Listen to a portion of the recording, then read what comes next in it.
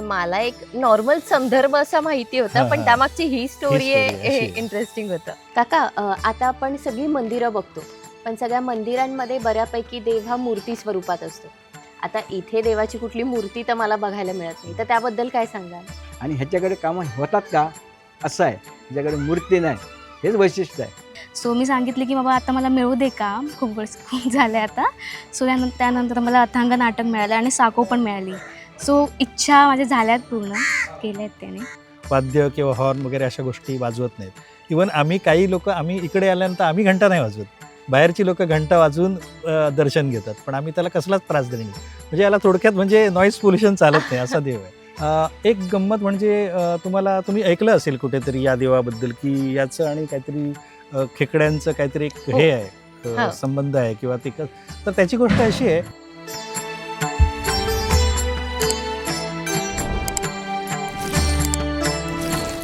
नमस्कार, मी प्राजक्ता. तर आज आपण आलो आहोत भक्तांच्या मनातल्या भावना, त्यांच्या इच्छा ऐकणाऱ्या मानसेश्वराकडे. चला.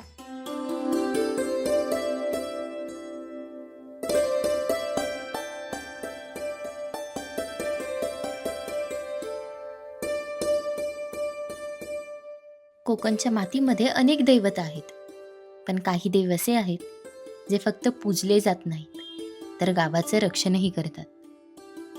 गावाचं रक्षण करणारा, भक्तांच्या हाकेला धावून येणारा, हा आहे आपला मानसेश्वर.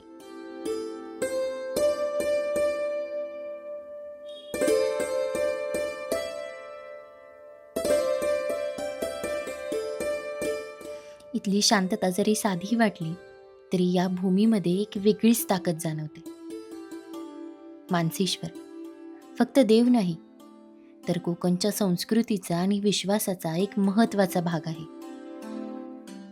नमस्कार काका. नमस्कार नमस्कार. तुमचं नाव? यशवंत गोविंद कुबल. काका, आता आपण सगळी मंदिरं बघतो, पण सगळ्या मंदिरांमध्ये बऱ्यापैकी देव हा मूर्ती स्वरूपात असतो. आता इथे देवाची कुठली मूर्ती तर मला बघायला मिळत नाही, तर त्याबद्दल काय सांगाल? हे मूर्ती म्हणजे हा राखंडर आहे. राखंडर म्हणजे कसा माणसारखा माणूस, उंच, हातात घोंगडी आणि हातात काठी, असं त्याचं स्वरूप आहे. आणि ते रात्रीचे जे पाण्यात जे आहे ना, ते त्यांचं अधिष्ठान आहे. त्या अधिष्ठान 2 मिनटं बसतात आणि नंतर फेरी मारतात, म्हणून ह्याला राखंडर म्हणतात. आणि ह्याच्याकडे कामं होतात का असं आहे, ह्याच्याकडे मूर्ती नाही, हेच वैशिष्ट्य आहे. अच्छा. बरं. आता ह्या ज्या शीड आपण बघतोय हां. इथं, तर त्या शिडांबद्दल काय सांगाल? शिडाचे आहे नवस म्हणजे कसं, ते नवस करतात. एक पहिल्यांदा म्हणजे शिडाची सुरुवात कशी झाली, ज्याला मूलबाळ होतं, जवळजवळ 6-7 वर्ष झाली, संतती नव्हती. त्या आमची आजोबा होती सोमा कुबल, त्यांच्याकडनं सांगणं बोलणं करून घेतलं होतं. आणि त्या सांगितलं की आम्हाला मूलबाळ झालं का तुला निशाण गाडी घाले.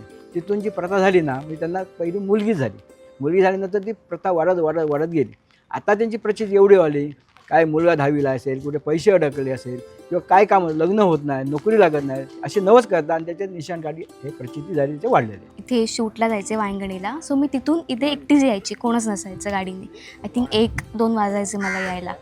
मग मी सांगायची की बाबा मला एकटीला नीट नेऊ दे, किंवा आजी पण तिथून सांगायची. आजी या देवाला खूप मानते, म्हणजे तिथे बत्ती वगैरे लावते, किंवा तिथून तिला काही असलं तिला छोटं मोठं काम, तर तिथून ती तिला केळी वगैरे ठेवते, बत्ती लावते, आणि तिथून ह्याला मग मागणं घालते की बाबा असं असं नीट होऊ दे. किंवा मला आता नाटक जे मिळाले अथांग, त्याच्या आधी मला काहीच काम नव्हतं, 1 वर्ष मी घरीच होते. सो मी सांगितले की बाबा आता मला मिळू दे काम, खूप वर्ष खूप झाले आता. सो त्यानंतर मला अथांग नाटक मिळालं आणि साको पण मिळाली. सो इच्छा माझ्या झाल्यात पूर्ण. जो मनापासून इथे येतो तो रिकाम्या हाताने कधीच परत जात नाही.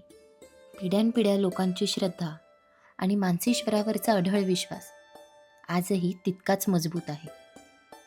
इथली सर्वात वेगळी गोष्ट म्हणजे या देवस्थानात मोठा आवाज करणं टाळलं जातं. असं म्हणलं जातं की मानसेश्वराला मोठा आवाज मान्य नाही, म्हणून इथे कुणीही घंटा वाजवत नाही. फक्त इथे मोठ्या गजरात नाही, तर शांत मनाने प्रार्थना करतात. कारण इथे देवाशी संवाद आवाजाने नाही, तर भावनेने होतो.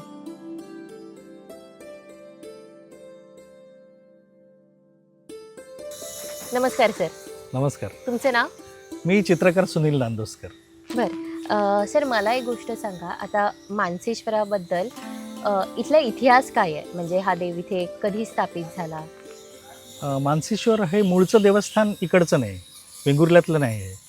हा राखणदार आहे वेंगुर्ल्याचा, पण तो मूळ गोलवण म्हणून गाव आहे मालवणच्या इकडे. त्या गोलवणमधून तो इकडे आला ह्या बाजूला आणि सर्व देवांनी त्याला स्थिर करण्याचा प्रयत्न केला.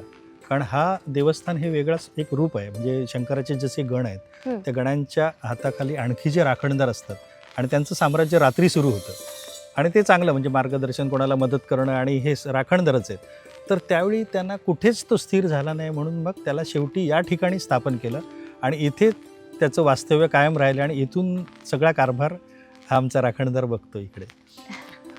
त्याच्यात असं आहे की ही वेश आहे म्हणजे कशी आमचा हा वेंगुर्ला शहर आणि उभादांडा पुढे या वेशीवरून जाताना येताना बरीचशी माणसं म्हणजे वाद्य वाजवतात कुठे काय त्यांना माहिती नसतं. पण आम्ही स्थानिक असल्यामुळे आम्ही या रस्त्यावर वाद्य किंवा हॉर्न वगैरे अशा गोष्टी वाजवत नाहीत. इवन काही लोक आम्ही इकडे आल्यानंतर आम्ही घंटा नाही वाजवत. बाहेरची लोक घंटा वाजवून दर्शन घेतात, पण आम्ही त्याला कसलाच त्रास देणे नाही. म्हणजे याला थोडक्यात म्हणजे नॉईज पोल्युशन चालत नाही असा देव आहे. इवन याची जत्रासुद्धा होते ना, म्हणजे आपली रथसप्तमी असते त्याच्या दुसऱ्या दिवशी जत्रा असते आणि खूप मोठी जत्रा असते. म्हणजे मुंबई पुण्यातून सगळीकडून लोक येतात, म्हणजे हजारो लोक येतात. आता नवसाचे तुम्ही ते झेंडे बघितलेत, हो. तर ते सगळे नवसाचे आहेत. प्रत्येकाने म्हणजे आपापली इच्छा हे करून ते नवसाचे झेंडे लावलेत.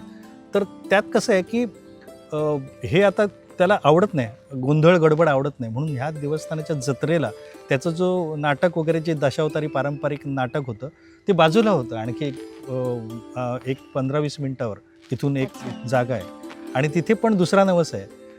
हे नाटक इलेक्ट्रिक आणि लाईट्सवर चालत नाही. हे पेट्रोमॅक्स म्हणून जुने दिवे होते, तर ते नवसाचे दिवे असतात. मग काय काय जण म्हणतात की माझी काय गोष्ट झाली की मी तुला दिवा देईन आणि मग ते नवसाचे दिवे जवळपास 400 ते 500 नवसाचे दिवे ते पेट्रोमॅक्सच्या त्या उजेडात ते नाटक होतं. म्हणजे असा प्रकार की वेगळेपण आहे ह्या देवाचं वेगळेपण आहे. आणि अडीअडचणीला म्हणजे भाविकांची श्रद्धा आणि आमची ग्रामस्थांची पण श्रद्धा आहे. अडीअडचणीला हा देव धावून येतोच. तुम्ही म्हणजे मानसी वैलो म्हणतात तिकडे.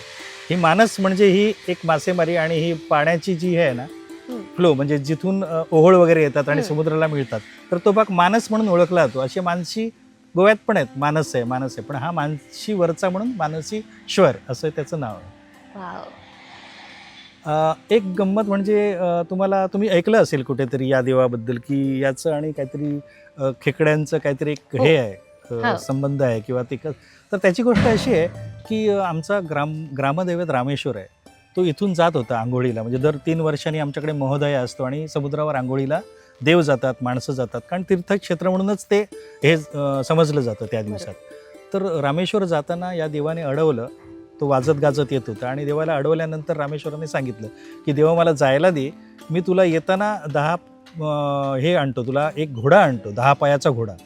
हा देव मग खुश झाला आणि त्याने 10 पायाचा घोडा आपल्याला मिळणार म्हणून त्याने जायला दिलं. आणि रामेश्वराने येताना तिकडून मोठा खेकडा आणला 10 पायाचा आणि ह्याला फसवलं थोडक्यात म्हणजे. तर तो देवाने अजून राग धरलेला आहे आणि त्या रामेश्वराला इथून जाणं बंदीचं आहे. रामेश्वर ह्या पूर्ण परिसराला वळसा घालून आंघोळीला जातो. बापरे. हा तेव्हापासून अशी म्हणजे ही खूप पुरातन गोष्ट आहे अशी. तर मला एक नॉर्मल संदर्भ असा माहिती होता, हा, पण हा. त्यामागची ही स्टोरी ही story आहे, आहे, अशी आहे. इंटरेस्टिंग होतं. समुद्र, डोंगर आणि निसर्गाच्या साक्षीनं उभं असलेलं हे स्थान मनाला शांतता देतं आणि श्रद्धेला आणखी दृढ करतं. मंदिराच्या परिसरात दिसणाऱ्या नवसाच्या कोंबड्या ही इथली एक खास परंपरा आहे. भक्त आपल्या नवसासाठी कोंबडी सोडतात आणि नवस पूर्ण झाल्यावर पुन्हा दर्शनाला येतात. ही परंपरा आजही तितक्याच श्रद्धेने जपली जाते.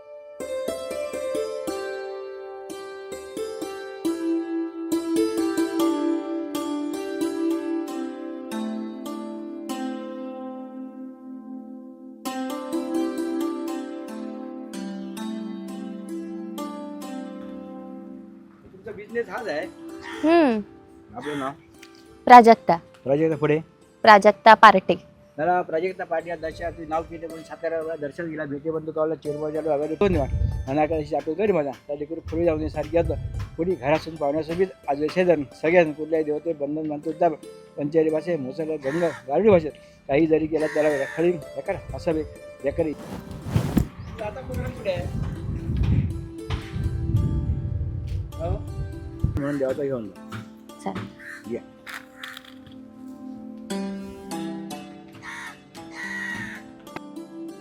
तसंच इथली आणखी एक खास ओळख म्हणजे नवसाच्या शिडा. भक्त आपला नवस पूर्ण झाल्यावर इथं श्रद्धेने झेंडे अर्पण करतात. मंदिर परिसरात फडकणारे हे झेंडे भक्तांच्या विश्वासाची आणि भक्तीची साक्ष देताना दिसतात. तुम्ही कधी मानसेश्वराला आला आहात का? नसेल आलात तर नक्की या आणि तुमचा अनुभव आम्हाला कमेंटमध्ये सांगा. नमस्कार.